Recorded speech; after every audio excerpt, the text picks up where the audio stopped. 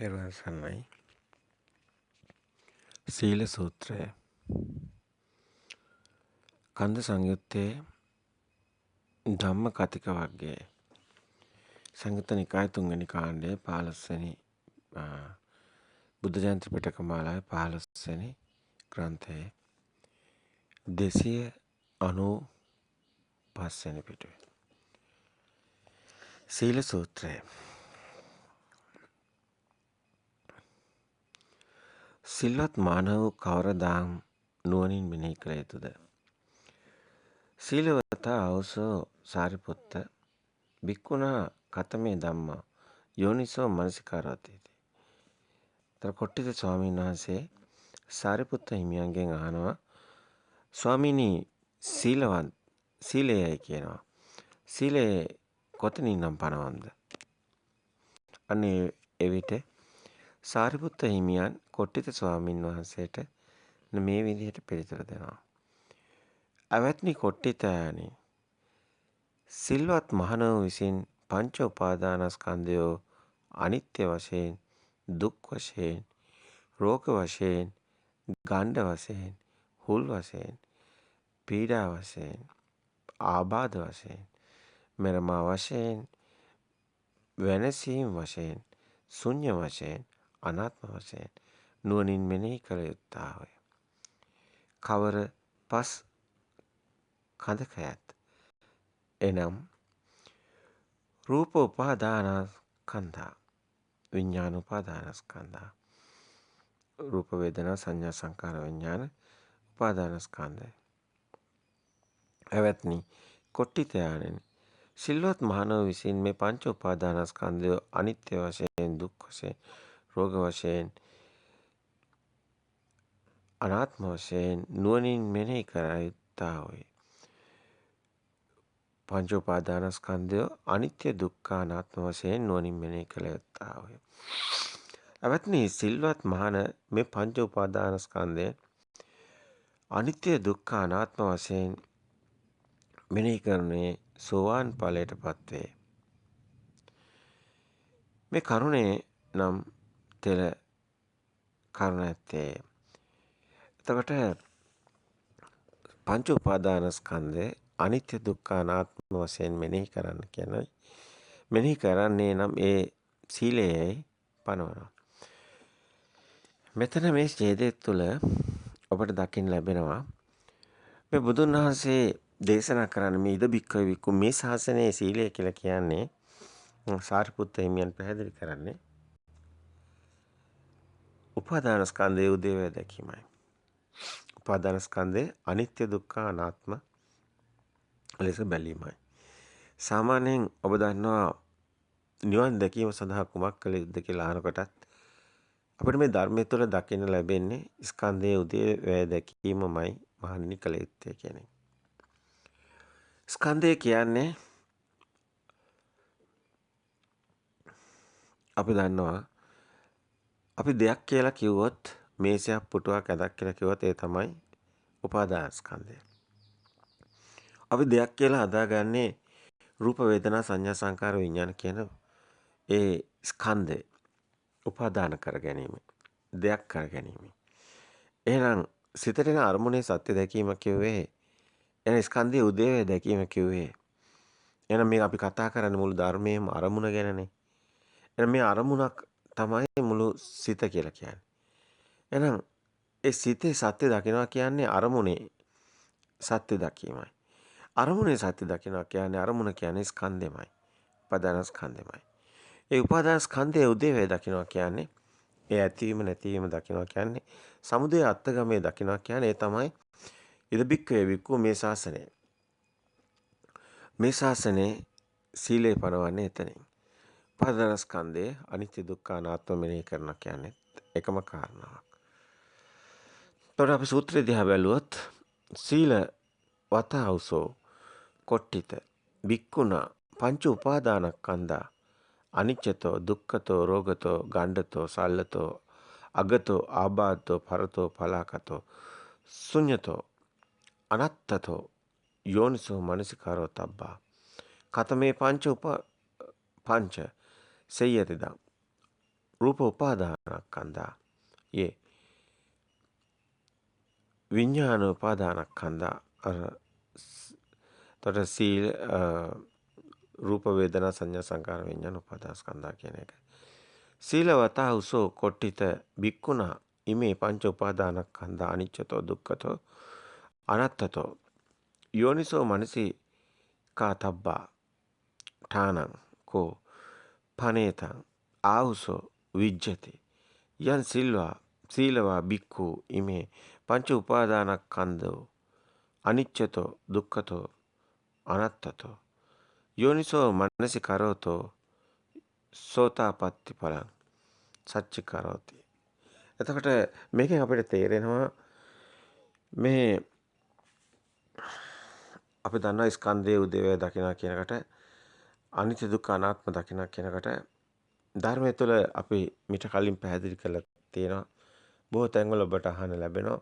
පංච උපාදානස්කන්ධ අනිත්‍යතෝ දුක්ඛතෝ රෝගතෝ ගණ්ඩතෝ සල්ලතෝ පරතෝ පලාකතෝ අතීත අනාගත පච්චුප්පන්නං වා ඕලාරිකා සුකුමාවා හීනාවා ප්‍රණීතාවා සන්තිකේ ස්කන්ධා කියලා කියනවානේ. අතීත අනාගත පච්චුප්පන්නං වා අජ්ජත් බහිද්ධාවා ඕලාරිකාවා සුකුමාවා හීනාවා ප්‍රණීතාවා දුර වේවා ළඟ වේවා උපාදානස්කන්ධා. පංච උපාදානස්කන්ධ පංච ස්කන්ධා කියලා කියන්නේ විග්‍රහ කරන්නේ දෙයක් කියලා ගත්තොත් ඒ දේ අතීතයේ තියෙන්න පුළුවන් අනාගතයේ තියෙන්නත් පුළුවන්. ඒක බාහිර ඇතුළත පිටත. එතකොට සුකුම හීන ප්‍රනීත හොඳ නරක මේ වගේ ස්කන්ධ ගොඩක් කියලා. ඒ කියන්නේ දෙයක් කියලා කිව්වොත් ඒ දේ අනුව තමයි ඇත නැත කියන අන්ත සාපේක්ෂ ඒ හොඳ නරක. එතකොට මේ දෙයක් තිබ්බොත් තමයි මෙන්න මේ භාෂාව කියන එකත් මේ විදිහට හැදෙන්නේ. මේ විදිහට දෙයක් කරගන්න ආකාරයම තමයි මේ ගොඩවල් ස්කන්ධ කායක් කියලා පෙන්නන්නේ. මෙන්න මේ ගොඩ ස්කන්ධය කියලා කියන්නේ. ඒතර මේ ස්කන්ධය කියන්නේ ලොකු මේ නොදන්න දෙයක් නෙමෙයි. ස්කන්ධය කියන්නේ ඒතර මේ ස්කන්ධ කාය ස්කන්ධය එහෙම නැත්නම් ගොඩවල් කියන එකයි. ඇත්තටම කිව්වොත් මේකේ සරල විග්‍රහය බොහොම සරලව ඔබට තේරෙන කියනවා නම් මේ දෙයක් කියලා ගන්න එකම තමයි මේ ස්කන්ධ කියලා කියන්නේ. ඔය කොයි විදිහට විග්‍රහ කරත් අනිත්‍ය දුක්ඛ අනාත්ම විදිහට දකිනවා කියන්නේ මේක අනිච්චතෝ දුක්ඛතෝ රෝගතෝ ගණ්ඩතෝ සල්ලතෝ පරතෝ පලාකතෝ මේ වගේ අපි අනිත්‍ය දුක්ඛ අනාත්ම දකිනවා කියලා කියන්නේ දුකක් රෝගයක් ගණ්ඩයක් උලක් මේ විදිහට අපි කියන්නේ මේ දෙයක් අපි මේ දෙයක් කර ගත්තොත් ඒකට අපි රැවටුණා කියන එකයි. එහෙනම් සිතට එන අරමුණේ සත්‍ය දකින්නවා කියන්නේත් ඔබ දන්නවා දෙයක් නැති බව දකින්නවා කියන එකයි. ඒක අනිත්‍ය දුක්ඛ අනාත්ම දකින්නවා කියන්නේත් දෙයක් කර නොගැනීමයි. දෙයක් කර ගත්තොත් තමයි ඒකේ අපි තණ්හාවක් උපදින. ඇලෙන්නේ ගැටෙන්නේ රාග දේශමෝ සිතට ගන්න. ඒතර ධර්මයේ තුල අපි හොඳින් පැහැදිලි කරනවා ඔබටත් අහන්න ලැබෙනවා. අපි හිතන දේවල් බාහිර නැහැ කියලා. ඒ නිසාම ඒක අනිත්‍ය කියලා කියන්නේ. අනිච්චං කියලා කියන්නේ. ඒ කියන්නේ අනිත්‍ය කියන්නේ අවබෝධ කරගන්න ධර්මයක්. මේ රූපේ අනිත්‍ය දකින්න කියන්නේ. ඉති රූපං සමුදය ඉති රූපං අත්තගමංච කියපේ. ඒකේ රූපේ හට ගන්න ආකාරය දකිනවා නම් ඒ රූපයක් නැති බව දකිනවා නම් ඒකේ අස්තගමේ අනේකේ මිදීමත් සිද්ධ වෙන්නේ. එහෙනම් මේ මොහොතේ න අරමුණේ දෙයක් කරගත්තොත් ඒකට අපි ඇලෙනවා ගැටෙනවා උපාදාන වෙනවා. එහෙම වුණොත් තණ්හාව උපදිනවා. ජාත් ජරා මරණ ශෝක පරිදේව සියල්ලම උපදිනවා දුක හට ගන්නවා. හැබැයි එහෙම සත්‍ය දකිනවා කියන්නේ එතන අනිත්‍ය දුක්ඛ අනාත්ම දකිනවා කියන්නේ අනිත්‍යදෝ දුක්ඛතෝ රෝගතෝ ගණ්ඩතෝ සල්ලතෝ පරතෝ පලාකතෝ කියලා මේ දකිනවා කියන්නේ ඒ දෙයක් කර නොගැනීමමයි. එහෙනම් සිතට එන අරමුණේ සත්‍ය දකිනවා කියන්නේ මේකමයි. එහෙනම් මේ ශාසනයේ ඉද බික්කු සීලය කියලා කියන්නේ එන අරමුණේ සත්‍ය දකිනවා කියන්නේ දෙයක් කර නොගැනීමයි. එහෙනම් මේ සීලය කියන්නේ පංචශීලවත් ආර්ය උපෝසථ සීලවත් නෙමෙයි. ඇත්තටම බුදු කෙනෙක් පහළ වෙන කලිනුත් අබෝධෝත්පාද කාලෙත් අපිට අහන්න ලැබෙනවා මේ පන්සිල් රැක්කා කියලා. මහා මායා දේවිය පවා පන්සිල් රැක්කා කියලා. එහෙමනම් අපිට හොඳටම පැහැදිලි වෙනවා මෙතන මේ සීලය කියලා කියන්නේ ඉද බික්කවේ බික්කු මේ ශාසනයේ සීලය කියන්නේ සිතට එන අරමුණේ සත්‍ය දකින්න තැනයි. ස්කන්ධයේ උදේවැය දකින්න තැනයි. එන අරමුණ අනිත්‍ය දුක්ඛ අනාත්ම ලෙස දකින්න බවයි. අරමුණ අනිත්‍ය දුක්ඛ අනාත්ම ලෙස දකිනවා කියනොත් මේක පොතකින් බලලා හරියන්නේ නැහැ. මේ හැම මොහොතෙම අපි හිතන දේ බාහිර නැති බව, ඒක සිත්චිත්තයක් බව, සිතුවිල්ලක් බව, බාහිරේම දේවල් නැති බව. මෙන්න මේ සත්‍ය දකිනවා නම් එයා බාහිරෙන් මිදෙනවා, ලෝකයෙන් මිදෙනවා. ලෝකයෙන් මිදෙනවා කියන්නේ බාහිරෙන් මිදෙනවා කියන්නේ එතරම් සෝතාපන්න මාර්ගයට එනවා. බාහිරින් දෙයක් හම් වෙන්නේ එන අරමුණ මිදිලා අනිත්‍ය දුක්ඛ අනාත්ම ඒ කියන්නේ දෙයක් නැති බවමනේ අනිත්‍යය කියන්නේ. ඒමනේ දුකයි කියන්නේ. ඒකමනේ එතකොට ආත්ම වශයෙන් ගන්න බැරි බව. එතකොට අපිට පැහැදිලි වෙනවා මේ එන අරමුණ අනිත්‍ය දුක්ඛ අනාත්ම දකින බවයි. එහෙනම් මේ සූත්‍රය තුළ මේ සාරිපුත්ත හිමියන් කොට්ටිත හිමියන්ට පැහැදිලි කරන්නේ. එහෙමනම් අපේ මේ හැම අරමුණක්ම අපි කිව්වා සිහියෙන් නුවණින් දකිනවා කියන්නේ යෝනිසෝ මනසිකාරයත් ඒ යෝනිසෝ මනසිකාරය කියන්නේ සිහියෙන් නුවණින් දකින එකයි. ඒ කියන්නේ අපිට සිහියක් තියෙනවා මේ මොහොතේ හටගත්ත සිතට සිහියක් තියෙනවා. එහෙම සිහියක් තියෙනවා නම් ඒ හටගත්ත සිත අපිට සත්‍ය දකින්න හැකියාවක් තියෙනවා. එහෙම දැක්කොත් අන්න ඒ සිත අපිට ඇත්ත වෙන්නේ නැහැ. අපි රැවටෙන්නේ නැහැ. එහෙනම් එතන නිමිති හටගන්නේ නැහැ. අන්න අනිමිත්තයි, ශුන්‍යතයි, අප්‍රණිතයි. එන අරමුණෙන් අපි මිදෙනවා. එහෙමනම් එන අරමුණෙන් අපි මිදෙන තැන අපි කිව්වා ඒ අනිමිත්ත සමාධිය උපදිනවා. මේකයි ඇත්තටම මේ සිතේ මිදීම. එයයි ආරේකාන්ත සීලය. පංච උපාදානස්කන්ධේ උදේවැය දකින සීලය. ඉතින් අපි මේ සූත්‍රය තුල සීල සූත්‍රය තුල ඔබට ඒක මනාකොට දකින්න ලැබෙනවා. අවත්නි සාරිපුත්තේනි සෝවාන් මහණෝ විසින් කවරදාම් නුවණින් මෙනෙහි කටයුතුද? සෝතාපන්නේන පන අවසෝ සාරිපුත්ත බික්කුණා කතමේ ධම්මා යෝනිසෝ මනසිකාතබ්බාති. අවත්නි කොට්ටිතයාණෙනි සෝවාන් මහණෝ විසින් මේ පංච උපාදානස්කන්ධය අනිත්‍ය වශයෙන්, දුක් වශයෙන්, අනාත්ම වශයෙන් නුවණින් මෙනෙහි කළ යුතුය. අවත්නි සෝවාන් මහණ මේ පංච උපාදානස්කන්ධය අනිත්‍ය වශයෙන්, දුක් වශයෙන්, අනාත්ම වශයෙන් නුවණින් මෙනෙහි කරනුයේ ඒ සකදාගාමී ඵලයට පසක් කරන්නේ යන මේ කරුණෙක් වේනම් තෙල කරුණ ඇත්තේ. ඒ කියන්නේ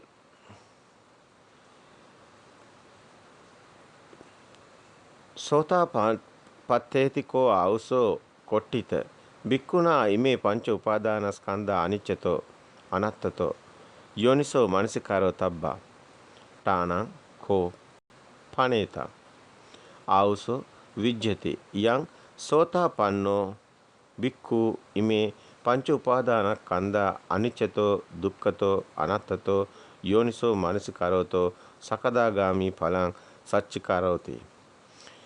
සච්චිකාරයති.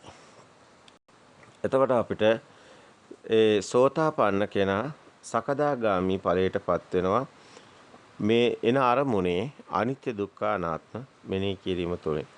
සිතට එන අරමුණේ සත්‍ය දකින්න කියන කාරණය. ස්කන්ධයේ උදේවැය දකින්නවා කියන එක. ඒ යෝනිසෝ මනසිකාරයත් යථාභූත ඥානයත් නිසා යසභූත ඥාණයෙන් දැකීම සත්‍ය දකින්නවා කියන තැන. බොහොම සරලයි. අපි මේ පොත්වල තියෙන වාක්‍ය වලට කොටු වුණ ඒ වාක්‍ය වලට ඒ වාක්‍ය වලින් පෙන්වන්නේ දෙයම තමයි. බොහොම සරලයි. අරමුණේ සත්‍ය දකිනවා කියන කාරණේමයි. ඒ යථාභූත ඥානය කියන්නේ අපි අසා දැනගත්ත ධර්මය. අපේ සිත කියන්නේ අරමුණනේ. ඒ සිතට එක පෙන්වන එකයි. අරමුණට ඒ දකින්න එකයි. බාහිරේම දෙයක් නැති බව. සිතත් එහෙම දෙයක් නැති බව. අරමුණ ඇත්ත කරගෙන ඒ අරමුණේ අපි ගිනි ගන්න නැති බව. බාහිරත් එක්ක අපි ගැටෙන්නේ ඇලෙන්නේ නැති බව. ඒ මිදීමයි නිවන් මාර්ග. මේ සූත්‍රය තුළ මේ සීලය කියලා අපි කතා කරනවා ගොඩක් අය. තාමත් බොහෝ අය හිතන්නේ. ඉද බික්කේ බික්කු මේ ශාසනයේ සීලය කියන්නේ පන්සිල් අටසිල් කියලා. බොහෝ අයට මේක හිර වෙන්න හේතුවක් තමයි පිරිසිදුවටම බුද්ධ ධර්මයේ දේශනා නොකිරීම. කර්මඵලයට ඉස්මතු කිරීම. කර්මඵලය තුළ සීලය ගැනම කතා කිරීම. බුද්ධ දර්ශනේ බුද්ධ දේශනේ අතහැර දැමීම. ගොඩක් අය කතා කරන්නේ නැහැ. මේ සිතට එන අරමුණේ සත්‍ය දකින සීලයයි බුදුන් වහන්සේ දේශනා කළේ කියලා. බොහෝ අය කතා කරන්නේ මේ සීලය කියනකොට මේ පන්සිල් අටසිල් ආර්ය උපෝසථ සීල මේවා ගැන කතා කරන්නේ. ඒ උත සමාදාන ගැනයි කතා කරන්නේ. මෙන්න මෙතනයි කනගාටුවට කාරණා. තාමත් බොහෝ අය හිතන්නේ ඒ උත සමාදානේ ඒ පංචශීලයේ ආර්ය උපෝසථ සීලය කියලා සීලය කියන්නේ.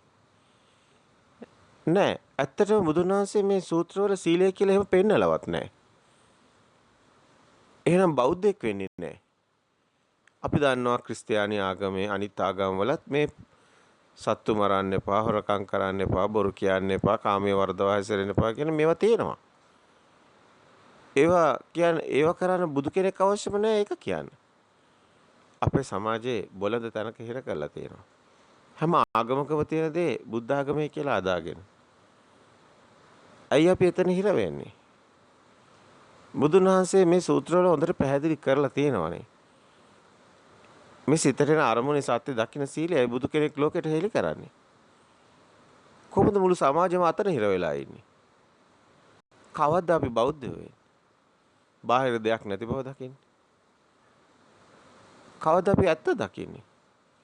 කවද්ද මේ අපේ දරුවන්ට මේ අපි අනිත් ආගම්වල තියෙන වගේ මේ ඔක්කොම මේ මිත්‍යා දෘෂ්ටික දේවල්ම කී ඉන්නේ කොහොමද? අපි හැමදාම මල් පූජා කර ඉන්නවා. අපි හැමදාම ඝාතකයේ ඉන්නවා.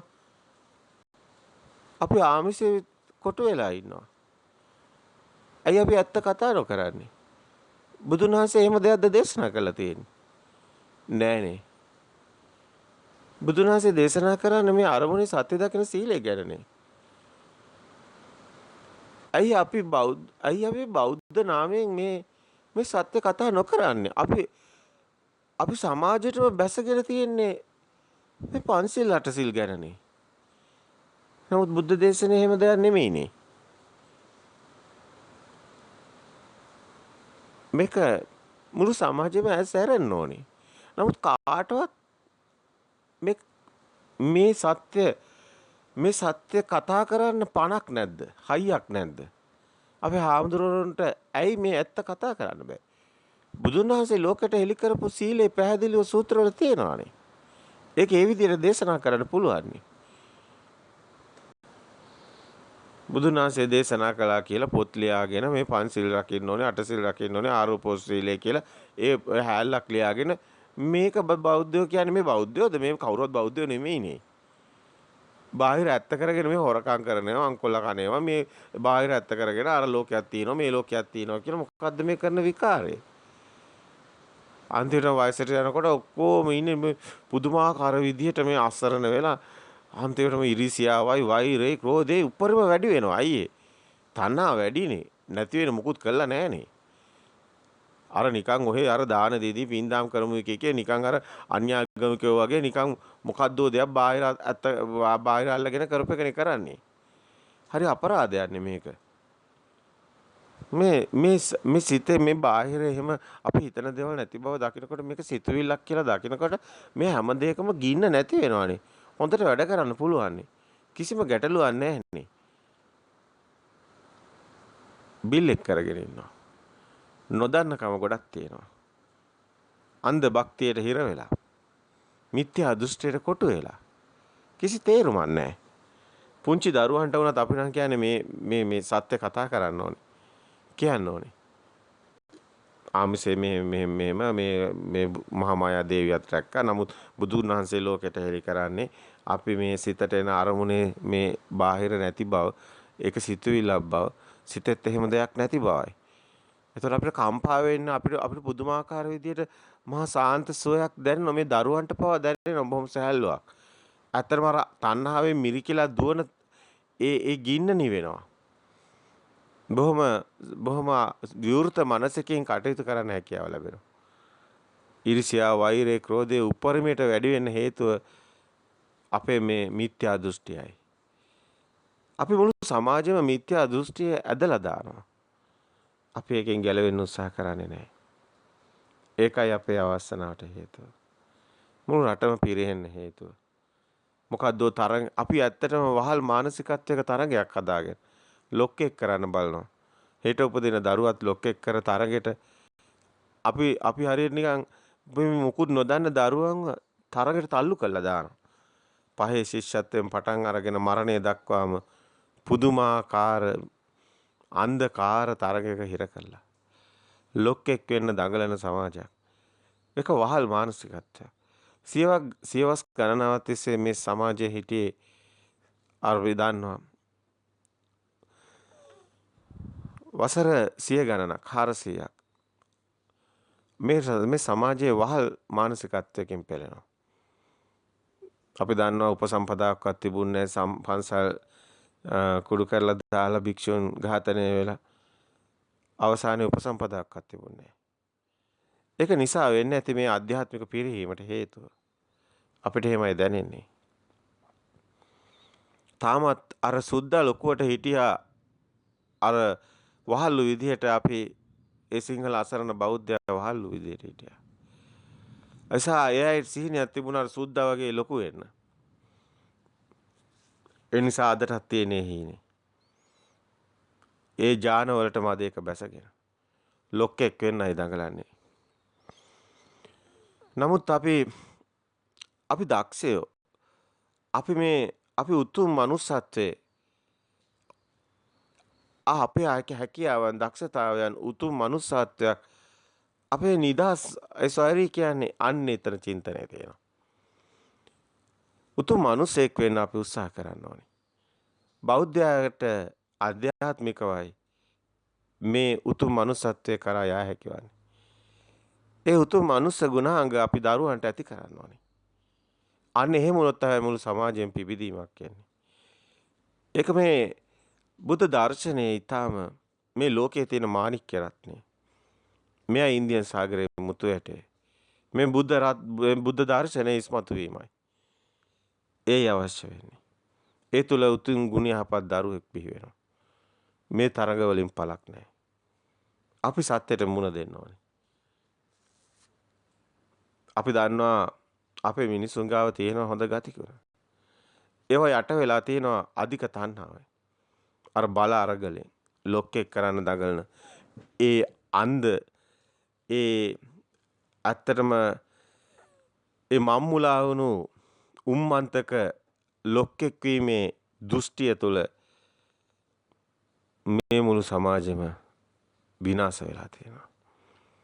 එහෙන් එක්ක සල්ලිකාරයෙක් වෙන්න ඕනි, එක්ක බලේ නිලේ වලින් උසස් යන්න ඕනි, ඉහළ ලොක්කෙක් වෙන්න ඕනි. ලොක්කෙක් වීමේ මානසිකත්වයක්. ඉතින් කොච්චර තිබුණත් මදි. මොකද මේ තණ්හාවනේ සිත පිනවන්න බෑනේ. මුළු බැංකුවම ගෙදර ගෙනිච්චත් ඇති වෙන්නේ. ඒත් මදි. මේක මහා පුදුමාකාර මායාවක්, රැවටීමක්, මුලාවක්. කාටවත් සැනසීමක් නැහැ. කාටවත් යහපතක් වෙලත් නැහැ. ඉතින් ඇස්සරෙන්න ඕනි කාලයක්. මේ සීලය ගැන මේ සීල සූත්‍රයේ වටිනාකම හොඳින් දකින්න. මේ සීලේ සූත්‍රයේ කොහෙවත් ඔබට දකින්න ලැබෙන්නේ නැහැ පන්සිල්වත් අටසිල්වත් ආර්යපෝස් සීලය ගැනවත්. මේ සීල සූත්‍රයේ බුදුන් වහන්සේ පැහැදිලි කරන්නේ මේ සරියුත් හිමියෝ පැහැදිලි කරන්නේ මේ කන්ද සංයුත්තේන ධම්ම කතික වග්ගේන සීල සූත්‍රය තුල සරියුත් හිමියෝ කොට්ටිත හිමියන්ට පැහැදිලි කරන්නේ මේ ශාසනයේ සීලය කියන්නේ සිතට එන අරමුණේ සත්‍ය දකින සීලයයි. ඒ පංච උපාදානස්කන්ධේ උදේවැය දකින සීලයයි. ඇත්තටම මේ තමයි ඉද බික්ක එබික්කු මේ ශාසනයේ සීලය. අපි හිතන දේවල් බාහිර නැති බව. ඒ සිතුවිල්ලක් බව. මේ කාර්යම සරලයි සුන්දරයි. ඒ සමාජයගත යුතුයි. ඒ සත්‍යයට අපි මුණ දිය යුතුයි. ඒ බුදුන් වහන්සේ ලෝකෙට එලි කරන මේ සත්‍ය තුළ තියෙන්නේ රැවටීමක් නෙමෙයි, රැවටීමේ මිදීමක්. ඒ සත්‍ය ඉස්මතු කර ගැනීම. ඒ සත්‍ය දකිනවා නම් එතනම සංවරත් වෙන සීලානම් කියන තැනට එනවා. අපි දේවල් බාහිර තියනවා කියලා අල්ලගෙන ඒ මස්සේ උම්මන්තය වගේ දුවනවා කියන්නේ එතනමයි දුස්සීලත්වය. අපි මොන දේවල් උත සමාදානය වෙලා ඒවා මේ එවෙන් අපි එහෙම හිතුවට සමාජයක් විදිහට ආගම්වල හැම ආගමකම තියෙන දේ සංස්කෘතියක් විදිහට එහෙම දුටුවට අපි දකින්න ඕනි බෞද්ධ විදිහට බුදුන් වහන්සේ ලෝකෙට හෙළි කරපු ඒ බුද්ධ දර්ශනය තුලිනුයි. හොඳයි සත්තු මරන්නේ බොරු කියන්නේ හොරකම් කරන්නේ කාමයේ වර්ධවා ඇසිරෙන්නේ කියන මේ පංචශීලයේ වරදක් නෙමෙයි. අපිට ඕනි ඒ උනට ඇත්ත දකින්න මේ ඇත්ත දකින්න සීලෙත්. අපිට ඒක නැතුව අර කේක් ගෙඩිය කැපුවට වැඩක් නැහැ. ඒ කේක් ගෙඩියේ සත්‍යක් නැහැ. ඒ අයිසින් ටික කෑවා කියලා ඔබට කිසි ගුණයක් නැහැ. එහෙනම් අපි මේ සත්‍යයක් දකින්න ඕනි. ඒක බුද්ධ දර්ශනේ බෞද්ධයෙක් ගාව තියෙන ඕනි ගුණයක්. බාහිර අපි හිතන දේවල් නැති බව. මේ සිතම මායාවක් බව දකින්න එක. ඒ තුලින් තමයි අපි ඇත්තටම සාන්ත සුවයටපත් වෙන්නේ. ඒ තුල අපිට විශාල ශක්තියක් උපදිනවා. වහල් මානසිකත්වයක් නැතුව, ගින්නක් නැතුව අපේ හැකියාවන්, අපේ දක්ෂතා, අපේ උතුම් මනුස්සත්වයේ ඉදිරියට එනවා. අපි අර තරඟයට ඕනම බොරු වැඩක් කළා, ඕනම කටපාඩම් කළා හරි, කොපි කළා හරි ඕනම විදියකට අර ප්‍රථමයා වෙන්න අර තරඟය තුල ඉහළට යන්න විතරයි අපි පොර කෑවේ. ඒකට අපිට තණ්හාවක් තිබුණා. අපේ දහම් පාසලලත් අද ඒ දේ සිද්ධ වෙන්නේ. මේ පුංචි දරුවන්ව යොමු කරන්නේ තරඟයකට. හරියට නිකන් යුද්ධෙට අර ඇඳුම් අඳිනවා වගේ. මේක වැරදි ගමනක්. රටක් ජාතියක් විදිහට අපිට දියුණුවක් නැති පිරිහෙන ගමනක්. ආධ්‍යාත්මික පිරිහුණු තැන ඒ රටේ ජාතියේ ඒ මුළු සමාජයේ විනාශය. දැස්සරින කාලේ. ඉතින් සෝතාපන්න වෙන්නෙත් මෙන්න මේ විදිහට කටයුතු කිරීමෙන්මයි. ඒ කියන්නේ දුගතියකට වැටෙන්නේ සුගති පරායන වෙනවා. සුගතියට එකම මඟ මේ සත්‍ය දැකීමයි. සත්‍ය නම් බාහිර ඇත්තක් නොවන බව. සියල්ලම සිතම බව.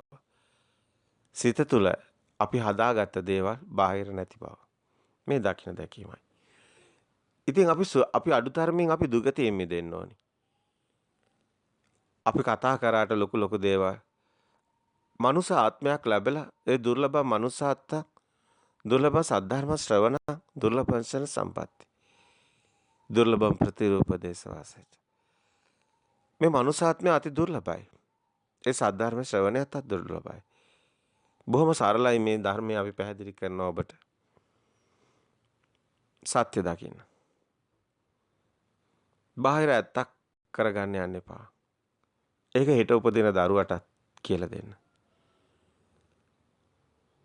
දුගතියකට වැටෙන්නේ නැහැ. කොයි මොහොතේ හරි අපේ හුස්ම යාවේ. අපි හැම කෙනෙක්ම ඉන්න ආපු අය නෙමෙයි. අපි හැමෝටම සදාකාලිකව ඉන්න බෑ. බොහොම කෙටි කාලයයි. අපි ආයි වැටෙන්නේ දුගතියකට නම් හරි අවාසනාවන්තයි. ඔය කොච්චර තණ්හාවක් පස්සේ ගියාට වැඩක් නැහෙනි.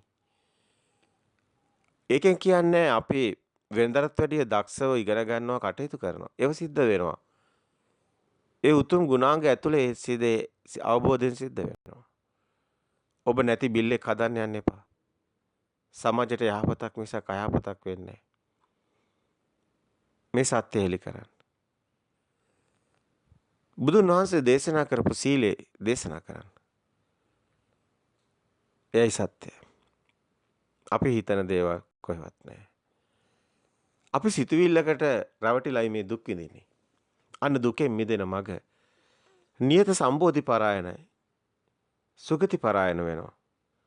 පුංචි දරුවන්ටත් මේක කියලා දෙන්න පුළුවන්. අවුරුදු 7 දරුවෝ සෝතාපන්න වෙනවා. යහපතක් වෙනවා හැමෝටම. අපි හිතන දේවල් බාහිර නැති බව හිතනකොට මේ අනිත්‍ය දුක්ඛ අනාත්ම කියන වචන මෙච්චර කාලයක් අල්ලගෙන තියෙන වැරදියට. අතරම අනිත්‍ය කියන අවබෝධ කරන එකක්. අපි හිතන දේවල් බාහිර නැතිකමයි අනිත්‍ය කියන්නේ. ඒ නිසාම අපිට දුක තියෙන්නේ. ඒකයි මේ ධර්මයේ අනාත්ම ධර්මයක් කියන්නේ. මේ විදිහට බොහොම සුන්දර ධර්මයක් මේකේ තියෙන්නේ. මහා සාන්ත, එමය සාන්ත, එමය ප්‍රණීත, එමය සුන්දර. සත්‍ය දැකීමයි. ඒක දරුවන්ටත් කියලා දෙන්න පුළුවන්. බිල් එක හදන්න එපා. ඔබට නොතේරෙන කමයි තියෙන්නේ. ඔබ සත්‍යයට ඉස්සෙල්ලාම අවදිවන්න. එතකොට ඔබටත් දැනෙයි. මේ සත්‍ය දරුවන්ටත් කියලා දෙන්න පුළුවන්. දුගතියකට වැටෙන්නේ නැහැ. සුගති පරායන වෙනවා. සුගතියට එක මග මෙයයි. දාන දීලා සුගතියට ගිය කෙනෙක් නැහැ. එහෙනම් මල්ලිකා දේවිය අසිරිසි මහා දානෙ දීලා සුගතියට යන්න ඕනේ.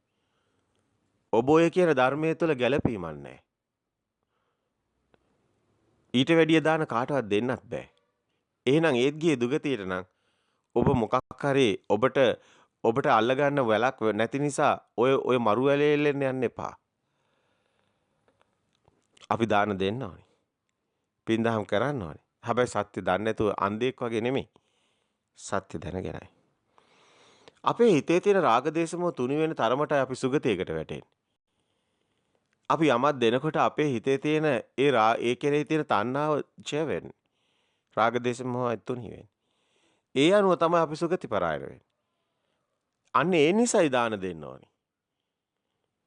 එහෙම නැතුව මේ දැන් ඔය අනිත් ආගම් වල තියෙන විදිහට තමයි ඕගොල්ලෝ ඔය ධර්මයේ දේශනා කරන වැරදියට. පින කියන්නේ සිතේ පිරිසිදුකම. රාගදේශමෝ තුනී වෙන ආකාරයටයි පින්දහම් කරන්නේ.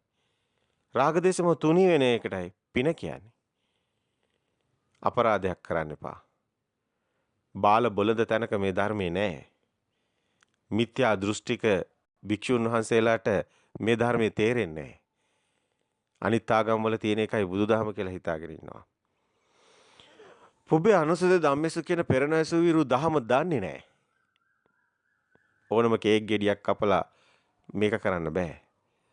මේ සත්‍යයට එන්න. සත්‍ය ධර්මය අඳුර ගන්න. ඉද බික්කේ බික්කු මේ ශාසනයේ පින්දහම් කරන ආකාරයට පින්දහම් කරමු. අපේ සිත රාග දේශමෝ ගින්නේ නිවන ආකාරයට පින්දහම් කරමු. එහෙනම් සෝතාපන්න වෙන්නත්, සකදාගාමි වෙන්නත්, අනාගාමි වෙන්නත්, අරහත්ත්වේ කරත් එකම දෙයයි අපිට කරන්න තියෙන්නේ. ස්කන්ධයේ උදේවැය දැකීම. සිතේ ආරමුණේ සත්‍ය දැකීම. මහණෝ විශේෂයෙන් කවර දහම් කෙතෙක් නුවණින් මෙනෙහි කළ යුත්තේද? කොට්ටිත යානනි අනාගාමි මහණෝ විසින් පංච උපාදානස්කන්ධය අනිත්‍ය දුක්ඛ අනාත්ම ලෙසින්මයි දැකිය යුත්තේ.